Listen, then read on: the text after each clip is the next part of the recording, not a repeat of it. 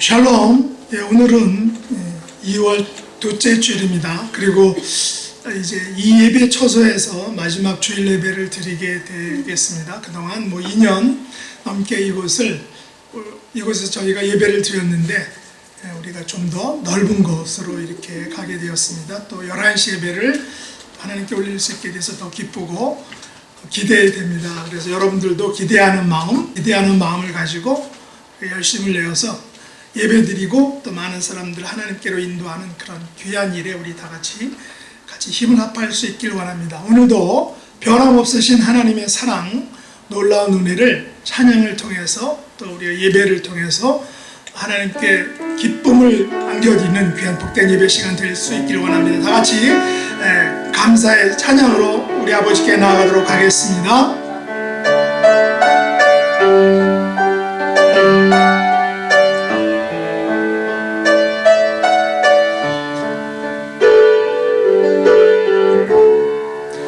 나의 예수 온 맘 다해 사랑해요.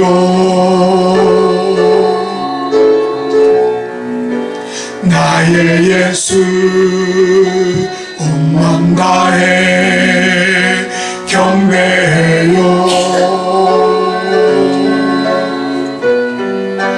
예수님께 온 맘 다해 순복해요. 영원토록 찬양을 드립니다. 나의 예수 온 맘 다해, 나의 예수 온 맘 다해 사랑해요. 나의 예수 온 맘 다해 경배해요. 예수님께 온 맘 다해 순복해요. 영원토록 찬양을 드립니다.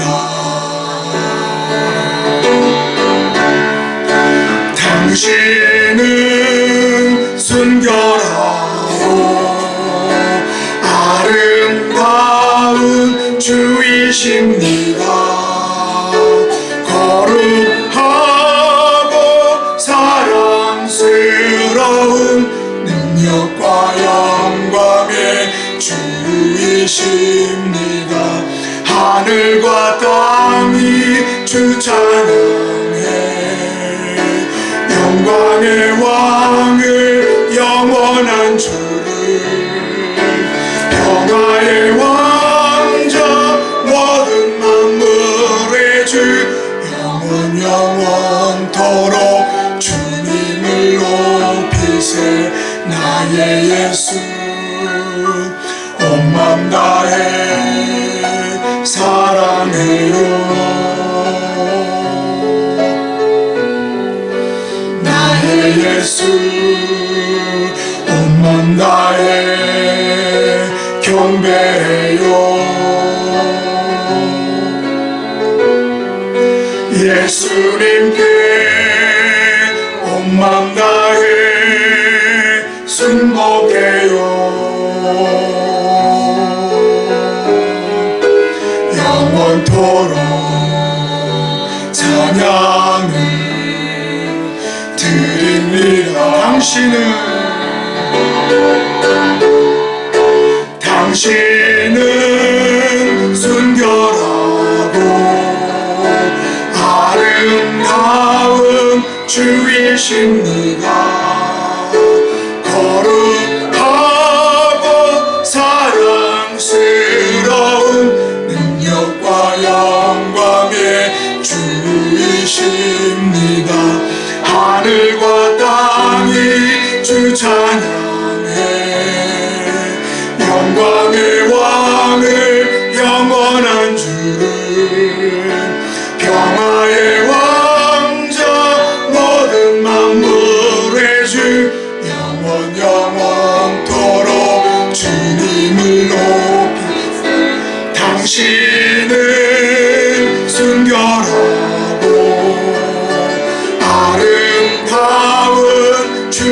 계십니다. 거룩하고 사랑스러운 능력과 영광의 주이십니다. 하늘과 땅이 주 찬양해 영광의 왕을 영원한 주를 평화의 왕자 모든 만물의 주 영원토록 주님을 높이세. 나의 예수 온 맘 다해 사랑해요. 나의 예수 온 맘 다해 경배해요. 예수님께 온 맘 다해 순복해요. 영원토록 찬양을 드립니다. 나 무엇과도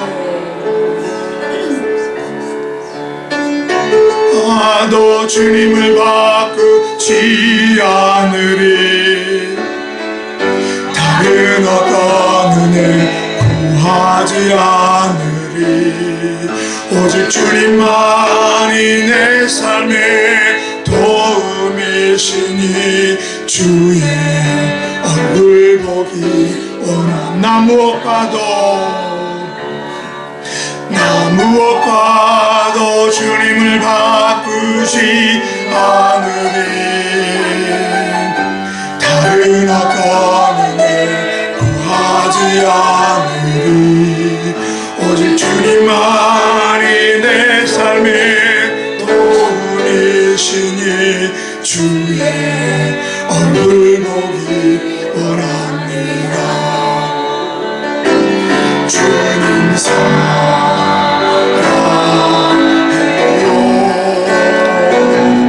온 마음과 정성 다해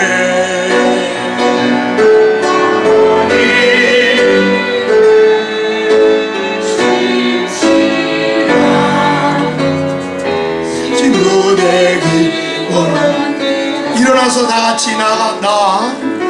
나 무엇과도 주님을 바꾸지 않으리. 다른 어떤 은혜 구하지 않으리. 오직 주님만이 내 삶의 도움이시니 주의 얼굴 보기 원합니다. 주님 사랑해요.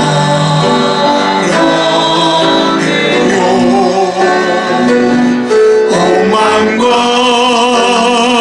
정성 다해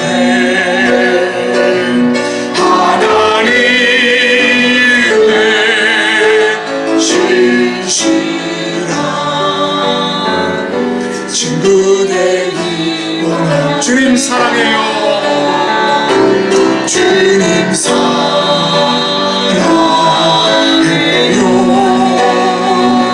온 마음과 정성 다해 하나님의 신실한 친구 되기 원한 하나님의 신실한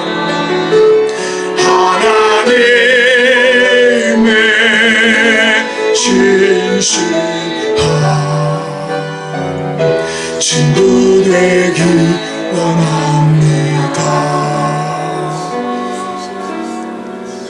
이 시간 다 같이 합심으로 기도하겠습니다. 오늘 2025년 2월 두 번째 주일 우리 하나님 앞에 나왔습니다. 하나님, 찬양과 말씀과 기도와 교제를 통해서 하나님께서 주신 은혜와 축복을 누리는 복된 예배 시간 되게 하여 주시옵소서.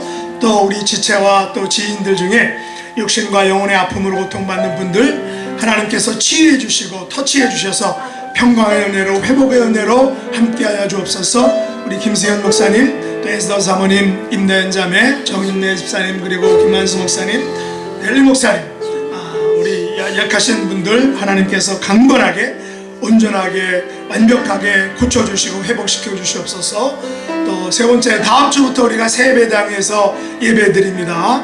새 예배 처소를 통해서 우리의 심령의 부흥과 교회의 부흥과 성장을 맛볼 수 있는 은혜를 베풀어 주시고 영혼 구원에 대한 열정을 허락해 주셔서 참으로 하나님 앞에 우리가 작정한 태신자들, 또 죽어가는 심령들, 다시 한번 믿다가 낙심하신 분들 하나님 앞에 인도할 수 있는 좋은 예배 처소가 될 수 있게 해달라고, 마지막으로 우리가 파송모가 원하는 선교사님들 가정과 사역을 하나님께서 지켜주셔서 그분들의 사역을 통해서 하나님의 나라가 확정되고 하나님을 모르는 사람들이 하나님을 알게 되는 놀라운 선교의 역사가 일어나게 해달라고 다 같이 하나님 앞에 간절히 나아가 기도하겠습니다. 하나님 아버지 감사합니다. 하나님 오늘도 하나님 2월의 두 번째 주일 저희들이 있는 자리로 불러주신 것을 감사합니다. 하나님 예배를 기뻐 받아주시고 하나님 앞에 온전히 나아가오니 하나님 오늘 활짝 열어주시고 예배를 받아주시옵소서. 말씀과 찬양을 통해서 성도와의 교제를 통해서 하나님을 만나게 도와주시고 하나님을 믿지 않던 사람들도 우리와 다같이 함께 나와서 예배 드릴 수 있는 놀라운 은혜를 베풀어 주시기를 간절히 기도합니다. 우리의 성도들 중에, 지체들 중에, 지인들 중에 육신의 아픔과 영혼의 고통으로 고통받고 아파하고 힘들어하는 분들이 있습니다. 은혜를 베풀어 주시고 치유해 주시고 고쳐 주시고 온전히 회복시켜 주시고 낫게 하여 주시옵소서. 모든 질병으로부터 자유케 해 주시옵소서. 해방시켜 주시옵소서. 깨끗하게 치유해 주시옵소서. 성령의 역사에 주시고 하나님 치유의 공선을 도하여 주시옵소서. 하나님 우리 김수영 목사님, 델리 목사님, 우리 김만수 목사님 터치해 주옵소서. 깨끗게 하여 주옵소서. 또한 우리 에스더 사모님, 우리 김우성 사모님, 또 이정 사모님 하나님이여 강건하게 해주시고 온전히 해주시고 엘로아주 구속에서 하나님 주시는 전놈의 복을 누리게 하여 주옵소서. 다연자에도 속기 회복되는 은혜를 베풀어 주시고 저희 내일사람도 하나님이 함께하여 주옵소서. 아버지 하나님 저희들에게 새로운 예배 처소를 주시길 감사합니다. 새로운 예배 처소를 통해서 하나님 온전히 저희 심령이 부흥하며 교회가 부흥하고 성장할 수 있는 놀라운 은혜를 베풀어 주시고 많은 사람들 하나님 앞에 인도할 수 있게 하여 주옵소서. 하나님 우리가 파송하고 하나님 성회사님들 주께서 기억해 주시고 사역과 가정 가운데 기름 부어 주시옵소서. 그분들을 통해서 하나님의 나라 확장되며 놀라운 선교의 역사를 새로 기록하는 은혜를 베풀어 주시옵소서. 이 모든 말씀 예수님의 이름으로 간절히 기도드리옵나이다. 아멘.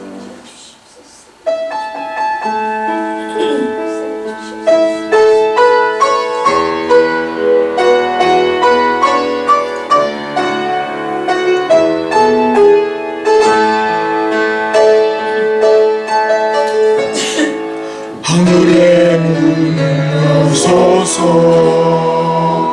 이곳을 주목하소서. 주를 향한 노래가 꺼지지 않으니 하늘을 열고 보소서. 이곳에 임재하소서. 주님을 기다립니다. 기도의 향기가 하늘에 닿으니 주여 임재하여 주소서. 이곳에 오셔서 이곳에 앉으소서. 이곳에서 드린 예배를 받으소서. 주님의 이름이 주님의 이름만이 오직 주의 이름만 이곳에 있습니다. 이곳에 오셔서 이곳에 앉으소서. 이곳에서 드리는 예배를 받으소서.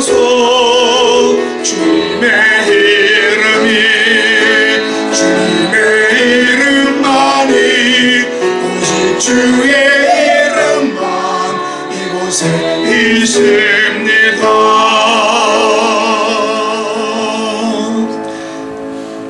다 같이 읽겠습니다. 여호와는 그를 경외하는 자 곧 그의 인자하심을 바라는 자를 살피사 그들의 영혼을 사망에서 건지시며 그들이 굶주릴 때에 그들을 살리시는도다. 우리 영혼이 여호와를 바라며 그는 우리의 도움과 방패시로다. 아멘.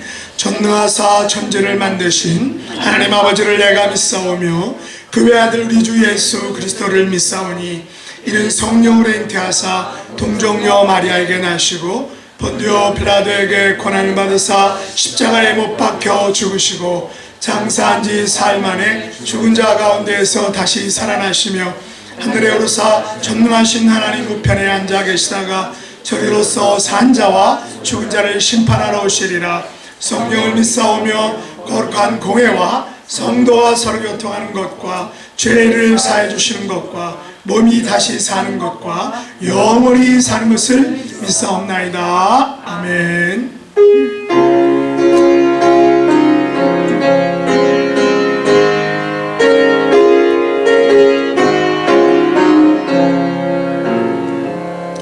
주 예수여 은혜를 내려주사 고중만게 하옵소서. 잊으리고 목마른 나의 맘에 주 성령을 부소서. 주 예수여 충만한 은혜 내 영혼에 부소서.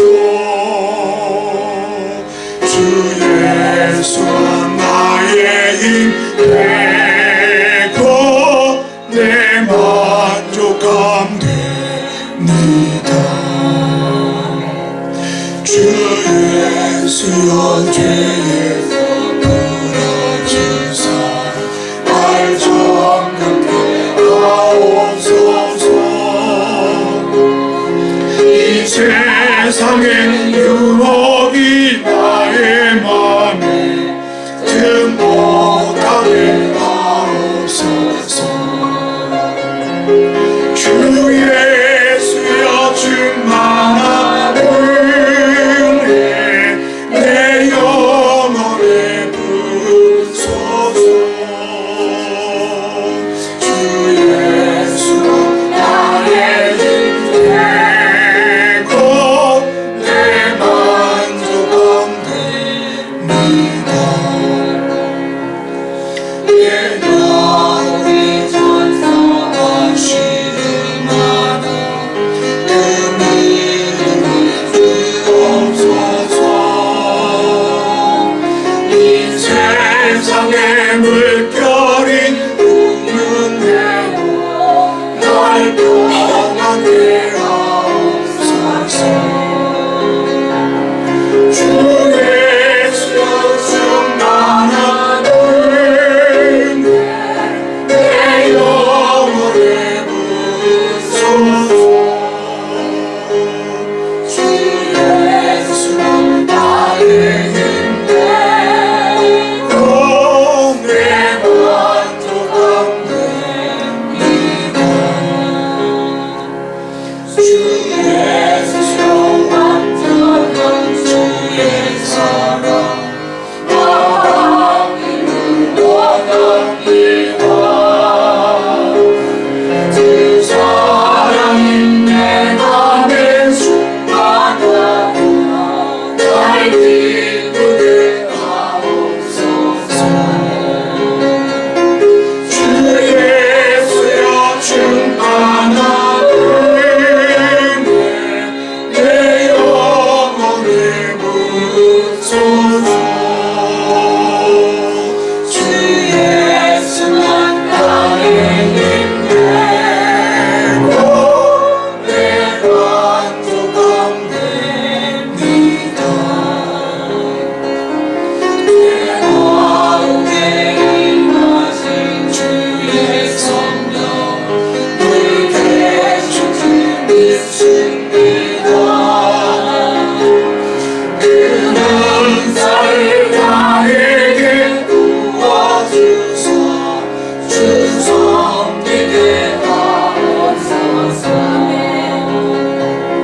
주 예수여 충만한 은혜 내 영혼에 부소서.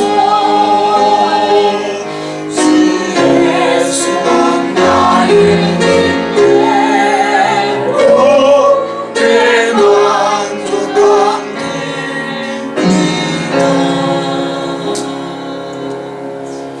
아멘. 자리에 앉으시기 바랍니다. 교회 소식 알려드리겠습니다. 오늘은 2월 두 번째 주일입니다. 또 여기서 드리는 마지막 예배입니다. 예배 장소를 놓고 우리가 기도하는 중에 11시 예배가 가능한 예배 장소를 찾았습니다.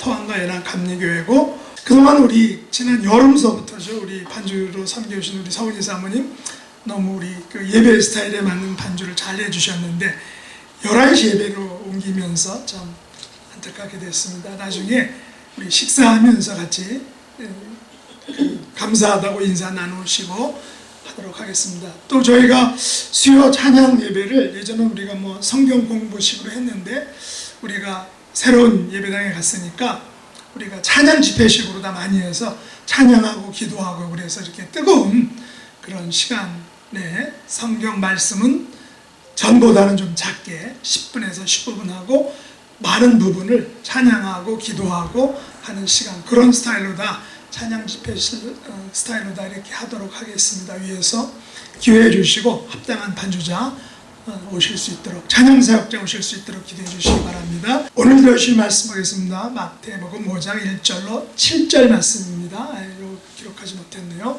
한 절씩 합독하도록 하겠습니다. 1절. 예수께서 무리를 보시고 산에 올라가 앉으시니 제자들이 나온지라 입을 열어 가르쳐 이르시되 심령이 가난한 자는 복이 있나니 천국이 그들의 것이며 애통하는 자는 복이 있나니 그들의 위로를 받을 것이며 온유한 자는 복이 있나니 땅을 기업으로 받을 것이며 의에 줄이고 목마른 자는 복이 있나니 그들이 배부를 것이며 7절. 긍휼히 여기는 자는 복이 있나니 그들이 긍휼히 여김을 받을 것이며. 특성하겠습니다.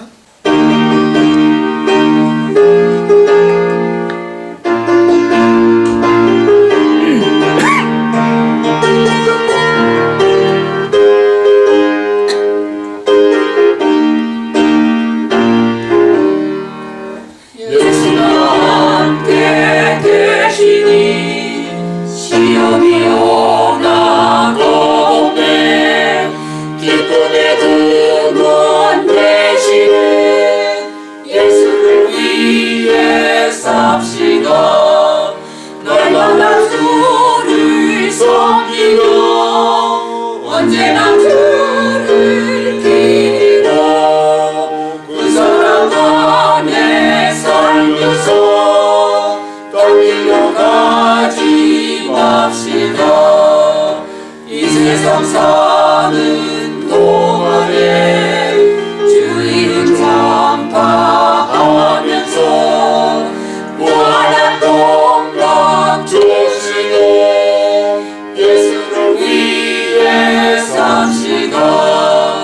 날마다 주를 섬기며 언제나 주를 기리고 그 사랑 안에 살면서 딴 길로 가지 맙시다.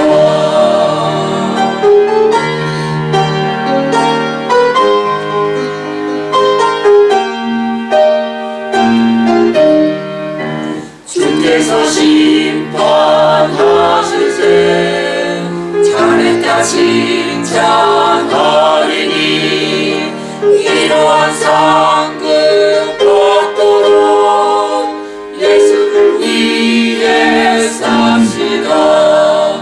날마다 주를 섬기며 언제나 주를 기리고 그 사랑 안에 살면서 딴 길로 가지 맙시다.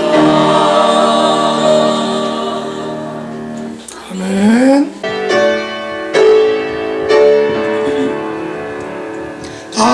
아침마다 새마다 새롭고 늘 새로우니 주의 성실이 크니라. 성실하신 주님 주의 은 저는 그지없고 그의 자비는 무궁하며 아침마다 새롭고 늘 새로우니 주의 성실이 크니라. 성실하신 주님. 오늘 여러분과 함께 나눌 말씀의 제목은 긍휼히 여기는 자의 복입니다. 오늘은 산상순 8가지 복 중에 5번째로 긍휼히 여기는 자의 복에 대해서 함께 나누기를 원합니다. 이제 오늘 마지막으로 올해의 표 다시 한번 외쳐보겠습니다. 부르심의 상을 위하여 달려가자. 부르심의 상을 위하여 달려가자. 한 해 동안 부르심의 상을 위하여 달려가는 우리 모두가 될 수 있기를 원합니다. 지난주에 우리는 의에 줄이고 목마른 자의 복에 대해서 살펴봤습니다. 우리 예수님께서는 당신의 생애와 가르침을 통해서 의에 줄이고 목마른 자의 삶이 어떤 것인지를 잘 보여주셨죠. 예수님께서는 의를 성취하기 위해서 이 땅에 오셨습니다. 바로 불의를 의롭게 만들기 위해서, 죄를 속하기 위해서 오셨습니다. 그 의를 성취하기 위해서 십자가의 고난과 희생을 기쁨으로 담당하셨죠. 예수님께서는 우리들만이 아니라 우리들이 전도한 사람들도 또한 천국 백성을 삼기를 원하시는 것입니다. 이것을 위해서 예수님께서는 이 땅에 오시고 십자가에서 돌아가시고 부활하신 것입니다. 예수님께서는 의를 위하여 목마른 자의 삶을 마태복음 6장 31절로 33절에서 이렇게 말씀하셨습니다. 그러므로 염려하여 이르기를 무엇을 먹을까 무엇을 마실까 무엇을 입을까 하지 말라. 이는 다 이방인들이 구하는 것이라. 너희 하늘아버지께서 이 모든 것이 너희에게 있어야 할 줄을 아시느니라. 그런즉 너희는 먼저 그의 나라와 그의 의를 구하라.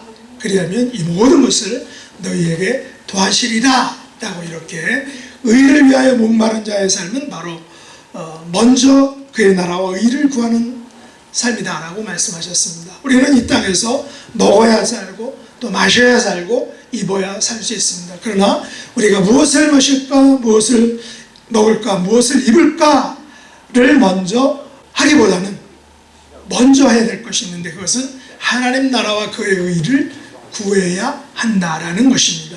이런 삶은 예배드리는 삶을 통해서 우리가 하나님 나라의 힘과 능력을 얻는 것입니다. 또 그것을 얻어서 우리가 죽어가는 영혼들에게 하나님 나라와 권세와 능력과 그 축복을 전달해 주는 것이죠. 지난주일에 말씀드려야 될 것 중에서 놓친 것인데 그것은 뭐냐면 기도와 간구하는 삶을 통해서 우리가 의에 줄이고 목마른 자의 삶을 살아야 한다는 것입니다. 내 자신과 또 가정과 자녀손들과 나라 그리고 공동체 그리고 우리가 작정한 태신자들을 위해서 끊임없이 중보 기도를 함으로 하나님의 나라를 구하고 이루어가는 삶을 살아야 하는 것입니다. 이것이 우리의 삶 가운데서 이루어져야 할 도전이고 믿음의 모습인 줄 압니다. 오늘 묵상할 긍휼이란 말의 사전적 의미는 가엾게 여기며 도와주는 것을 우리가 긍휼이라고 말합니다. 이 긍휼은 히브리어로는 헤세드, 많이 들어보셨죠? 헤세드라는 말입니다. 헬라어는 엘레오스라는 말인데 자비, 또 인자, 긍휼, 불쌍히 여김이라는 의미를 가지고 있습니다. 영어 NIV 성경에서는 이 긍휼히 여기는 자라는 명사를 더 merciful이라고 이렇게 했습니다. 긍휼, 이 merciful 하면 가장 먼저 떠오르는 이야기가 있는 것을 우리가 알 수 있는데 바로 예수님의 비유 가운데 주인공 중에 한 사람인 선한 사마리아인이죠. 누가복음 10장 33절에 보면 예수님께서 강도 만난 자를 도와준 그 사마리아인의 마음을 가리켜서 불쌍히 여겨라는 그런 표현을 사용했습니다. 불쌍히 여기는 마음을 그 사마리아 사람이 가졌다라는 것이죠.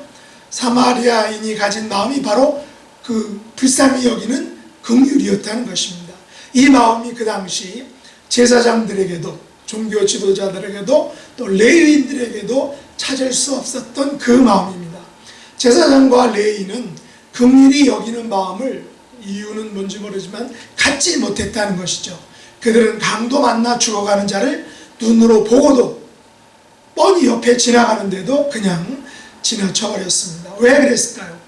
율법사는 예수님에게 내 이웃이 누구입니까? 라고 이렇게 물었죠. 예수님은 진정한 이웃은 선한 사마리아 사람처럼 긍휼을 베푸는 자다라고 분명히 말씀하셨습니다. 제사장과 레위인은 강도 만나 죽어가는 사람을 보고도 피하여 지나갔습니다. 그러나 그 당시 갖은 차별과 인간 이하의 취급을 당했던 그 사마리아 사람은 강도 만나 죽어가는 사람을 보고 그냥 지나치지 않았습니다.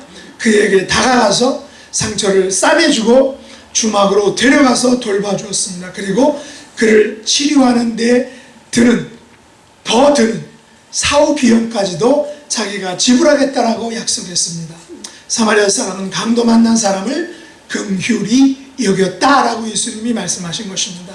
그렇다면 이 긍휼의 마음은 나이와 성별과 인종과 종교적인 신념과 신분과 관계없이 가질 수 있는 마음이라는 것이죠. 누가복음 10장 33절과 34절에서 예수님은 이렇게 말씀하셨습니다. 같이 한번 읽어볼까요? 어떤 사마리아 사람은 여행하는 중 거기 이르러 그를 보고 불쌍히 여겨 가까이 가서 기름과 포도주를 그 상처에 붓고 싸매고 자기 짐승에 태워 주막으로 데리고 가서 돌보아 주니라 라고 말하고 있습니다. 사마리아인의 긍휼은 강도 만난 자를 보고 불쌍히 여기는 것으로 시작했죠. 그런데 이 불쌍히 여기는 데서 끝나지 않고 가까이 가서 기름과 포도주를 그 상처에 붓고 싸매주는 데까지 나아갔습니다. 지난 목요일 유튜브 숏 영상을 잠시 본 기억이 있는데 한국 울산의 한 아파트에서 약간 서너 살 되는 밖에 안 되는 어린아이가 대형 견학의 공격을 받아서 이렇게 넘어져서 공격을 당하고 있었습니다. 근데 그 현장을 보고 한 여인이 그냥 지나쳐버리는 것입니다. 다행히도 그것을 본 택배기사가 다가가서 개를 쫓아버리고 어린아이를 구했습니다. 어린아이는 대형 견학에 목이 물렸습니다.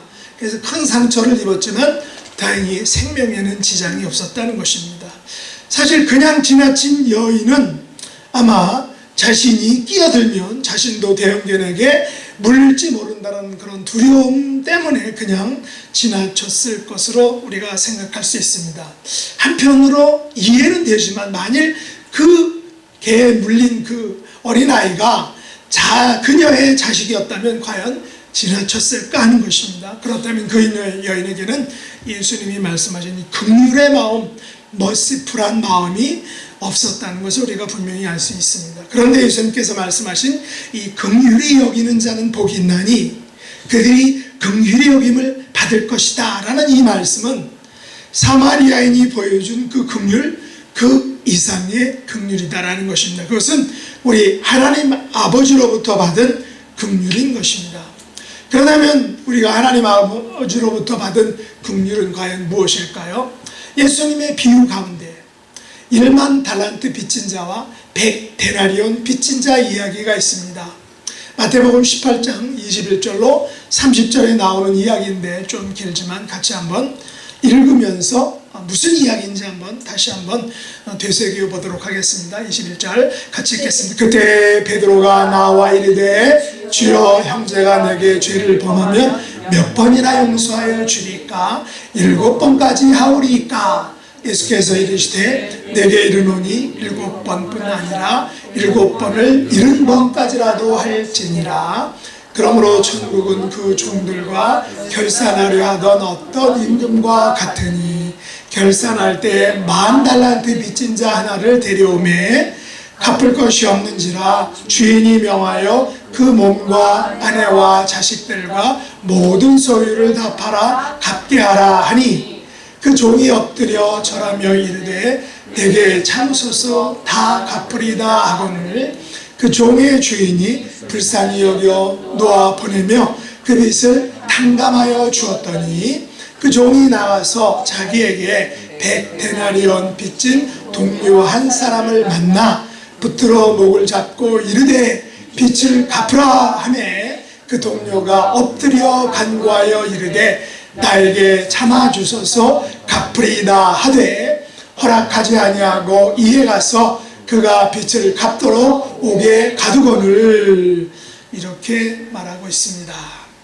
여기 보면 인간의 참 간사함과 매우 자기중심적인 내로남불의 성격을 아주 적나라하게 볼 수 있죠.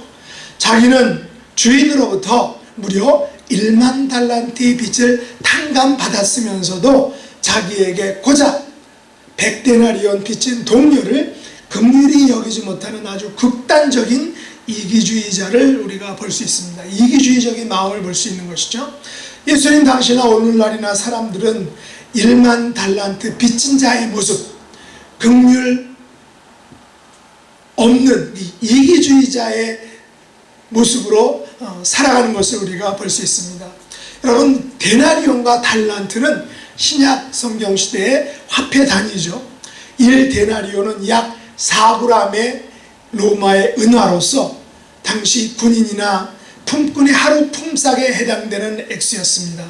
반면에 1달란트는 지역에 따라 다를 수 있지만 보통 20에서 40kg 정도 나가는 금의 무게가 바로 1달란트였다는 것입니다. 그래서 1달란트는 데나리온으로 따지자면 6,000데나리온, 다시 말해서 6,000일. 그렇다면 10년간의 그 품삯에 해당하는 금액이라는 것입니다. 요즘 화폐 가치로 환산한다면 하루 품삯을 10만 원 정도로 계산해도, 물론 요즘 한국에서는 10만 원 더 봅니다. 미국에서도 하루 일하면 80불은 더 벌죠. 그래서 이 1달란트는 6억 원쯤 된다는 것이죠. 6억 원. 그렇다면 10,000달란트는 6조에 해당된다는 것입니다. 이것은 이 6조라는 것은 한 개인이 갚을 능력을 넘는 어마어마한 액수의 돈이라는 것입니다. 그런데 100데나리온과 10,000달란트의 화폐 가치를 비교하게 된다면 우리가 하나님께 입은 그 은혜가 얼마나 큰지를 알 수 있다는 것입니다. 그에 비하면 형제자매의 실수나 허물은 또 얼마나 작은지를 우리가 상대적인 그 비교를 통해서 알 수 있는 것입니다. 이 비유를 통해서 우리가 알 수 있는 것은 우리가 스스로의 힘이나 능력으로는 도저히 갚을 수 없는 10,000달란트의 빚을 진 것처럼 우리가 하나님께 큰 죄를 지은 죄인들이었지만 그 죄를 용서받았다라는 사실입니다. 하나님께서는 그런 우리를 불쌍히 여기셔서 너무나 큰 죄를 아무런 조건 없이 모두 용서해 주신 것입니다. 이것이 바로 우리에게 베풀어 주신 하나님의 긍휼, 하나님의 머시인 것이죠. 하나님께서는 당신이 우리에게 그러했던 것처럼 우리도 형제의 허물을 사랑으로 용서하라 라고 말씀하시는 것입니다. 10,000달란트에 달했던 우리의 죄악에 비하면 형제의 허물은 아무것도 아니기 때문이다라는 것이죠. 성경은 형제의 허물을 용서하지 못하는 이를 10,000달란트 빚을 탕감받고도 자기에게 100데나리온을 빚진 그 동료를 괴롭히는 악한 종이다 라고 말하고 있다는 것입니다. 그 종이 나가서 자기에게 100데나리온 빚진 동료 한 사람을 만나 붙들어 목을 잡고 이르되 빚을 갚으라 라고 이렇게 목을 흔들면서 말하면서, 그러니까 그 동료가 엎드려서 나에게 참아주셔서 제가 갚겠습니다 라고 말했는데, 그럼에도 불구하고 허락하지 않고 이에 가서 그 빚을 갚도록 옥에 쳐넣어버린 것, 그것이 긍휼의 마음이 아니다라는 것입니다. 자신은 무려 16만 년 동안 한 푼도 쓰지 않고 벌어야 모을 수 있는 1만 달란트의 그 어마어마한 빚을 탕감받았으면서도 자신에게 겨우 100일 정도의 품삯에 해당하는 그 100데나리온의 빚을 진 그 사람을 용서하지 못하는 것, 얼마나 황당한 일입니까? 얼마나 민망한 일입니까? 그러나 우리가 마치 이렇게 행동할 수 있다라는 것입니다. 그 동료들이 그것을 보고 몹시 딱하게 여겨 주인에게 가서 그 일을 다 알리니 이에 주인이 그를 불러다가 말하되 악한 종아, 내가 빌기에 내가 내 빚을 전부 탕감하여 주었는데 내가 너를 불쌍히 여김과 같이 너도 내 동료를 불쌍히 여김이 마땅하지 아니하냐? 라고 말씀하시고 주인이 노해서 그 빚을 다 갚도록 그를 옥졸들에게 넘겼다라고 성경이 말합니다. 결국 100데나리온 빚진 동료를 용서하지 못한 그 긍휼을 베푸지 못한 그 종은 옥에 갇히는 신세가 되었다는 것입니다. 이 비유는 하나님께서 큰 은혜를 입은 우리들이 형제자매를 어떻게 대해야 하는지를 잘 알려주는 것이죠. 마태복음 18장 35절에 보면 이런 말씀이 있습니다. 같이 한번 읽어보겠습니다. 너희가 각각 마음으로부터 형제를 용서하지 아니하면 나의 하늘 아버지께서도 너희에게 이와 같이 하시리라 라고 말씀했습니다. 우리 그리스도인들은 어떤 존재들입니까? 우리 모두는 부족한 죄인들이죠. 부족하고 연약하지만 함께 완성품으로 지어져 가는 과정에 있는 사람들입니다. 우리의 죄성과 또 세상적 사고와 욕심으로 인해서 가끔은 형제와 불화가 일거나 시기하고 질투하는 마음이 우리 가운데 생기기도 합니다. 그러나 우리가 하나님께 받은 용서를 생각한다면 형제자매의 실수나 허물을 실로 아무것도 아니라는 것입니다. 우리는 예수님의 십자가의 사랑과 희생으로 용서받은 하나님의 존귀한 자녀들입니다. 그렇다면 우리는 이미 다함이 없는 그 은혜와 용서와 긍휼을 입은 자들로서 형제자매의 허물과 잘못을 감싸줄 수 있다라는 것입니다. 긍휼을 베풀 수 있어야 한다는 것입니다. 그렇게 할 때 우리도 하나님께 용서를 구할 수 있다는 것입니다. 우리가 이렇게 행할 때 비로소 우리는 주기도문에서 예수님이 우리에게 가르쳐주신 이런 기도를 하게 되는 것입니다. 어떤 기도입니까? 우리가 우리에게 죄 지은 자를 사하여 준 것 같이 우리 죄를 사하여 주옵소서라고 우리가 그렇게 우리를 위해, 우리의 죄를 위해서 기도할 수 있는 자격을 갖게 되는 것입니다. 우리가 다른 사람들을 용서하고 긍휼을 베풀 수 있는 것은 하나님께서 예수님을 통해서 우리의 죄를 먼저 용서해 주셨기 때문입니다. 용서받은 우리는 당연히 용서하는 삶을 살아갈 수 있다는 것입니다. 그러면 우리는 어떻게 긍휼을 베푸는 삶을 살아야 할까요? 잠언 기자는 3장 3절에서 이렇게 말했습니다. 인자와 진리가 내게서 떠나지 말게 하고 그것을 내 목에 매며 내 마음판에 새기라 라고 말했습니다. 여기서 인자는 바로 긍휼인 것이죠. 긍휼로 내게서 떠나지 말게 하고 긍휼을 내 목에 매며 내 마음판에 그 긍휼을 새기라. 개는 목에 줄을 매죠. 일명 개 목줄입니다. 영어로는 리쉬라고 합니다. 리쉬란 말의 의미는 동물을 이렇게 이끌거나 리드하거나 동물을 제지하기 위해서 그쪽으로 가지마 이렇게 제지하기 위해서 사용하는 줄입니다.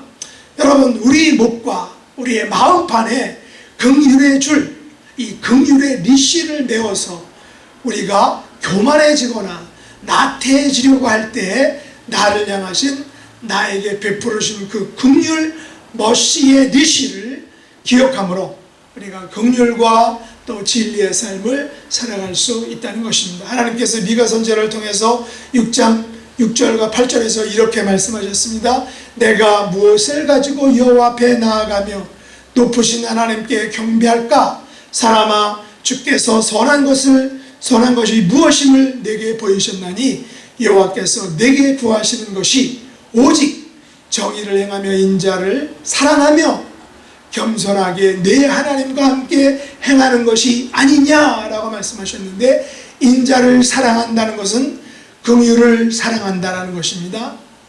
여러분, 우리가 요 앞에 무엇을 가지고 나아가야 하겠습니까?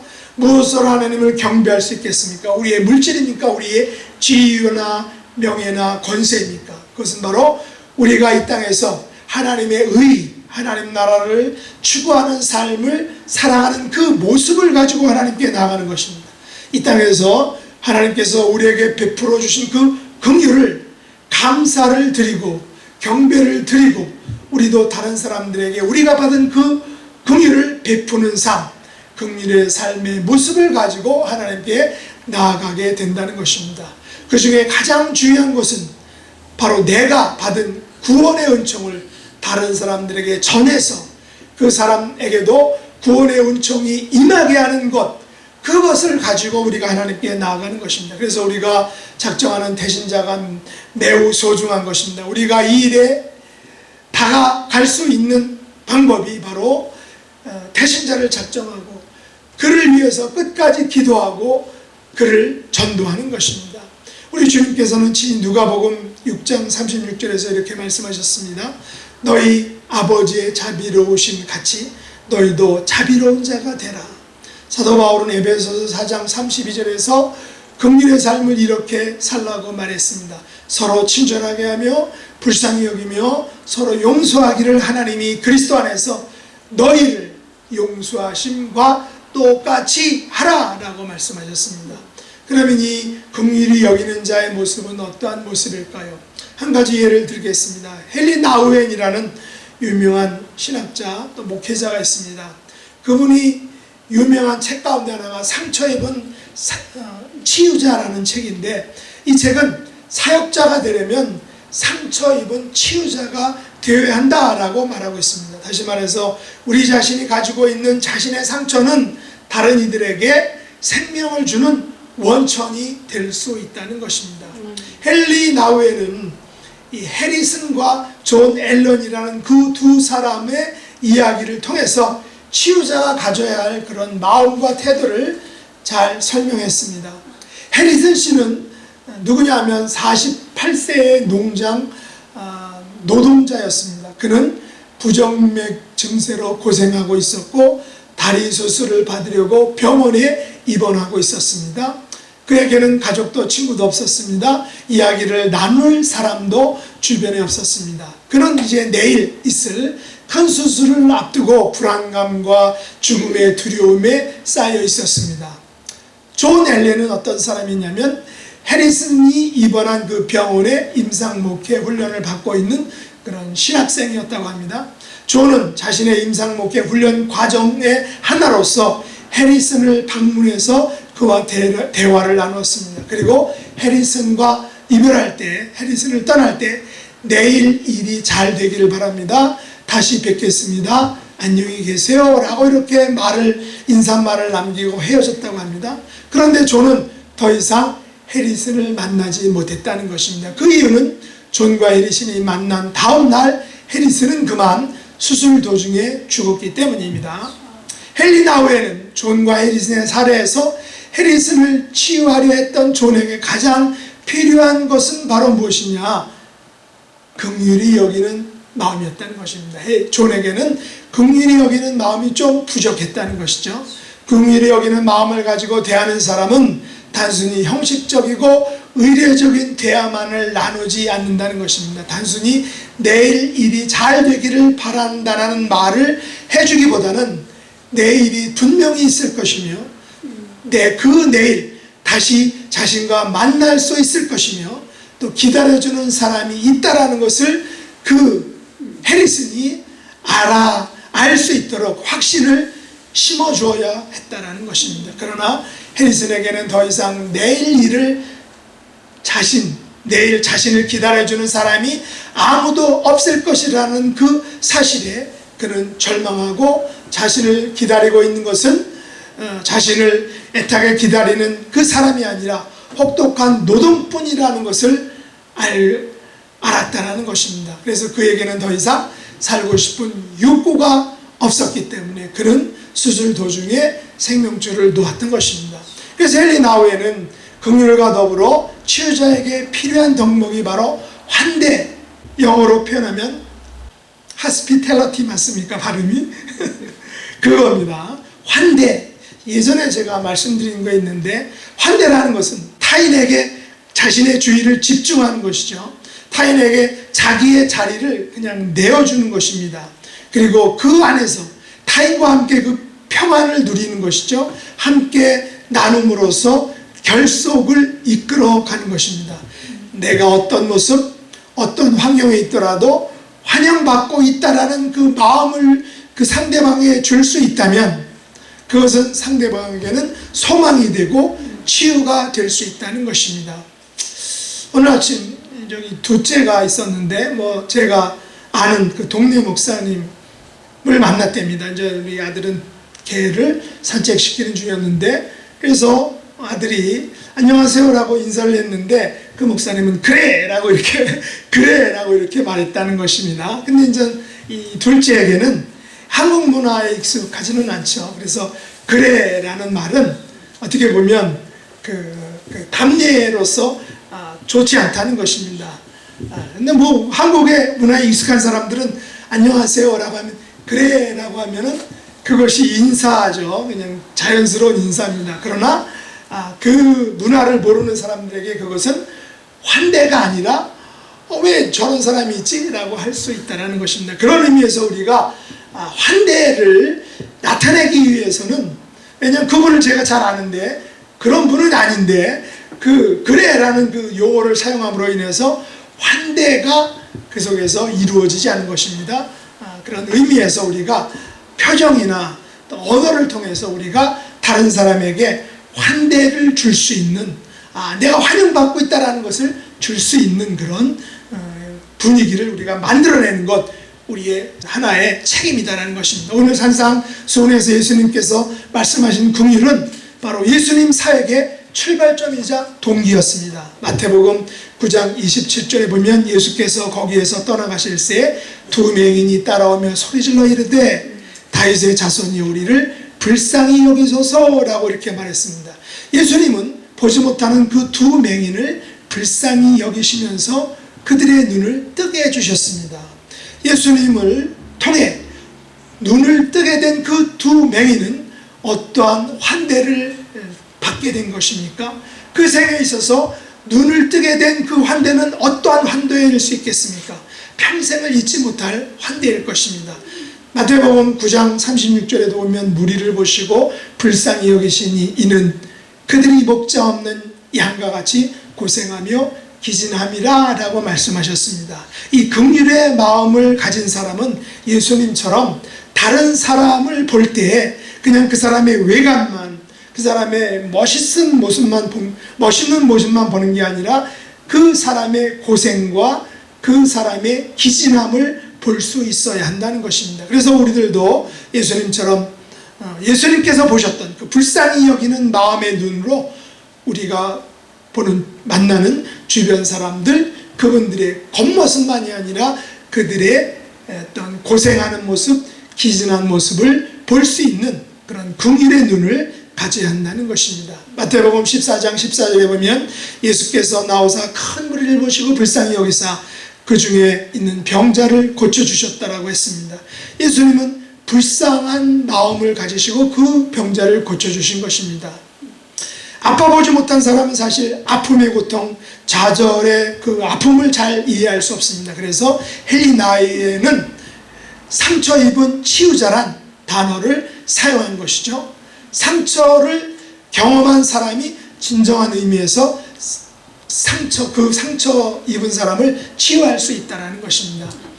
누가복음 5장 31절과 32절에 보면 이런 말씀이 있습니다. 예수께서 대답하여 이르시되 건강한 자에게는 이 의사가 쓸데없고 병든 자라에게라 쓸데있나니 내가 의인을 부르러 온 것이 아니라 죄인을 부르러 회개시키려 왔다라고 말씀했습니다. 우리 예수님은 자신을 의롭다 여기는 죄인들을 위해서 온 것이 아니라 죄인으로 여기며 불쌍히 여겨달라라는 그런 마음을 가지고 그런 삶을 살아가는 모든 사람을 위해서 이 땅에 오셨다는 것입니다. 여기에 우리에게 소망이 있는 것이죠. 여기 우리의 믿는 복음의 내용이 있는 것입니다. 하나님은 내가 어떤 모습을 하든 어떤 죄 가운데 있든 우리를 용서하시고 기꺼이 받아주시는 분입니다. 변하지 않는 영원한 사랑의 언약 속에서 우리를 용서하시고 치유하시고 회복시켜 주시는 분이라는 것입니다. 그래서 히브리서 4장 15절에서 이렇게 말합니다. 우리에게 있는 대제사장은 우리의 연약함을 동정하지 못하실 리가 아니요 모든 일에 우리와 똑같이 시험을 받으신 이로되 죄는 없으시니라. 여기서 동정이라는 말, 우리가 요즘에 사용하는 단어죠. 그러나 우리가 보았던 옛날 성경, 개역 한글이죠. 오늘 요즘 보는 성경은 개역 개정판이라고 합니다. 그러나 예전에 번역되었던 개역 한글판에는 동정이라는 말 대신에 체휼이라는 말을 썼는데, 어떤 의미에서는 이 동정이라는 말보다는 체휼이라는 단어가 더 우리 마음에 와닿는다는 것입니다. 동정은 같은 마음으로 불쌍히 여기는 의미이지만, 체휼이라는 것은 어떤 의미입니까? 동정을 넘어서 몸으로 직접 그 긍휼을 표현하고 나타내는 구체적이고 실제적인 사랑이 바로 체휼이라는 것입니다. 하나님이신 예수님께서 직접 육신의 몸을 입고 이 땅에 오셨죠. 직접 몸으로 모든 고통과 아픔을 당하셨습니다. 그것이 바로 체휼인 것이죠.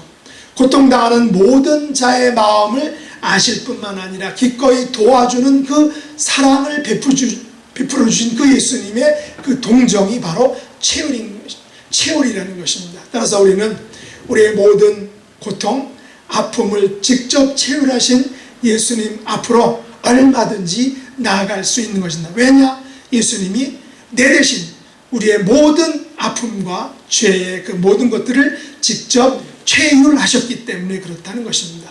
그리고 우리가 긍휼의 삶을 살아갈 이유 중 하나는 야고보서 2장 13절의 말씀입니다. 이 마지막으로 한번 읽어보겠습니다. 긍휼을 행하지 아니하는 자에게는 긍휼 없는 심판이 있으리라.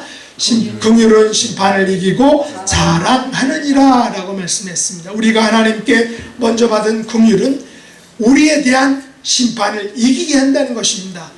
또한 우리가 죄인 되었을 때 여전히 우리를 사랑하시는 그 긍휼에 따라서 우리가 용서함을 받게 된 것입니다. 이제 우리는 기꺼이 우리의 이웃을 용납하고 환대하며 용서해야 하는 것입니다. 왜냐하면 우리가 하나님께 받은 사랑이 너무나도 크기에 우리 또한 이 용납과 긍휼과 환대의 삶을 우리도 살 수 있어야 한다는 것입니다. 그러한 긍휼을 통해서 많은 사람들이 죽게 돌아오게 된다면 우리는 바로 그 긍휼의 전달자, 긍휼의 단지자인 것입니다. 여러분의 남은 생애에 하나님의 긍휼을 담아내고 녹아내서 많은 영혼들을 하나님께로 인도할 수 있는 복된 삶의 주인공이 될 수 있기를 예수님의 이름으로 축복합니다. 기도하겠습니다. 하나님 아버지, 죄로 인해서 영원히 죽을 수밖에 없었던 저희들에게 예수님을 이 땅에 보내주시고 십자가에 달려 죽게 하심으로 긍휼을, 자비를 저희들에게 베풀어 주신 것을 참으로 감사드립니다. 우리가 먼저 하나님의 긍휼을 받았음에도 다른 사람들에게는 받은 긍휼을 내어주지 않는 이기적인 모습을 우리 안에서 보게 됩니다. 용서해 주시옵소서.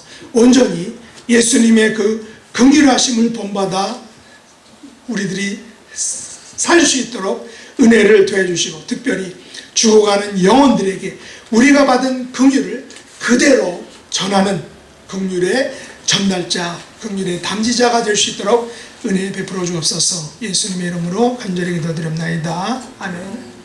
찬양을 드리겠습니다.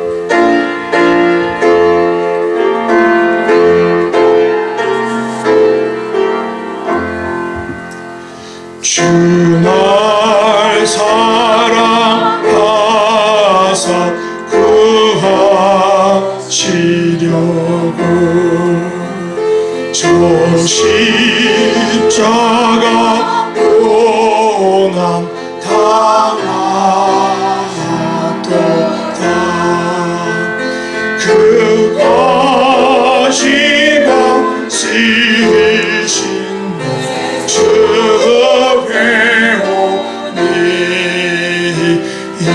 전보다 더 사랑합니다.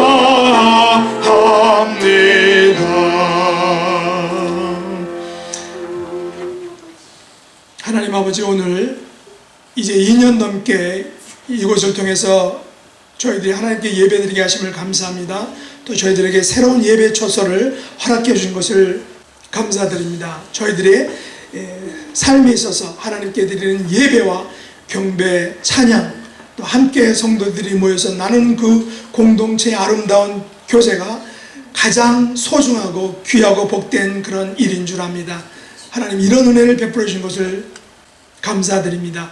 우리의 남은 생애 동안 이 삶을, 예배하는 삶을 또 찬양하고 경배하고 성도들 간의 아름다운 사랑을 나누는 삶을 살아갈 수 있도록 은혜 베풀어 주시기를 간절히 간구합니다. 아버지 앞에 나올 때 열의 하나를 아름답게 구별해 드리고 감사와 간구와 소원을 물질에 담아드리며 영원 구원에 대한 그런 열정을 올려드립니다. 하나님, 온전히 바치는 드리는 손길과 가정과 생업과 자녀손들 가운데 하나님께서 주시는 놀라운 은혜와 복으로 함께해 주옵소서. 이 땅을 살아갈 때 많은 사람들에게 환대를 베풀 수 있는 그런 물질적인, 정신적인, 정서적인, 또 영적인 은혜가 풍성하게 넘치는 복된 성도들이 될 수 있도록 은혜 베풀어 주옵소서. 예수님 이름으로 간절히 기도드립나이다. 아멘. 다 같이 일어나겠습니다.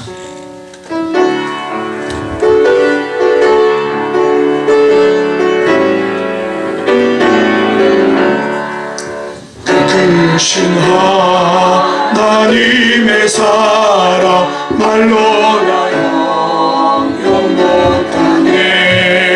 저 높고 높은 별을 넘어 길 닦고 낮은 땅에 죄범한 영혼 구하려 그 아들 보내사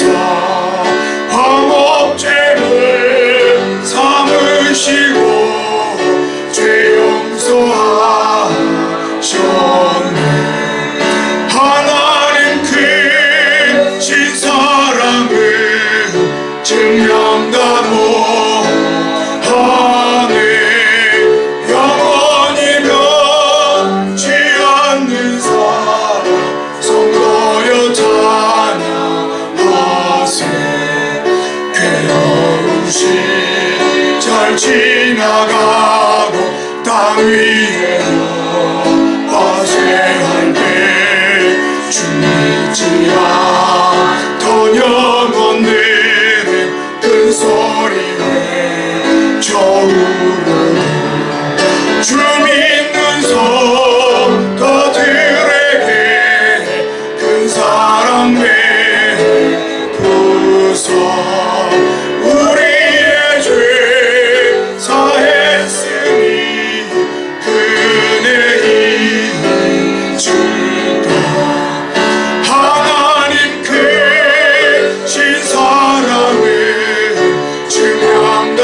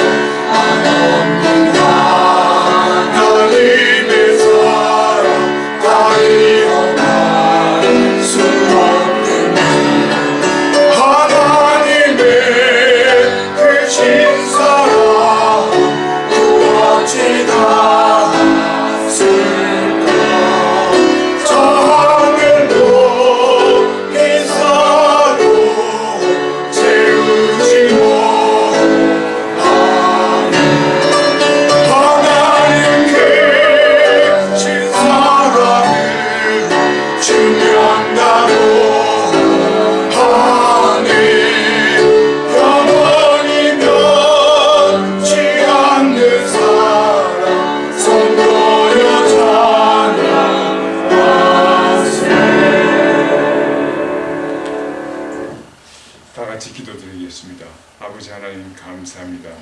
우리 주님께서 이 땅에 오실 때 저희들에게 긍휼을 베풀기 위해서 이 땅에 오셨습니다. 아버지 하나님, 저희들도 긍휼을 베푸는 믿음의 성도들이 될 수 있도록 인도하여 주시옵시고, 특히 우리가 새로운 예배당에 가서 더 넓은 예배당에서 예배 드릴 때에 넓은 마음을 허락하여 주시옵시고, 우리가 서로 긍휼함을 베푸는 귀한 교회가 될 수 있도록 인도하여 주시옵기를 간절히 빌고 원하옵나이다. 긍휼이 넘치는 귀한 교회가 될 수 있도록 인도하여 주시옵시고, 나아가서는 우리가 다 주님의 귀한 긍휼하심을 입는 귀한 성도님들이 될 수 있도록 인도하여 주시옵기를 간절히 빌고 원하옵나이다. 아버지 하나님, 이 시간 또 기도드리옵기는 우리 에스더 사모님 주님께서 특별하게 인도하여 주시옵시고, 건강하게 인도하여 주시옵시고, 건강을 회복할 수 있도록 주님께서 특별한 은혜 베풀어 주시옵기를 간절히 빌고 원하옵나이다. 우리 또 김승윤 목사님 주님께서 같이 하여 주시옵시고, 긍휼함을 베풀어 주시옵시고, 건강이 회복될 수 있는 귀한 은혜 허락하여 주시옵기를 간절히 빌고 원하옵나이다.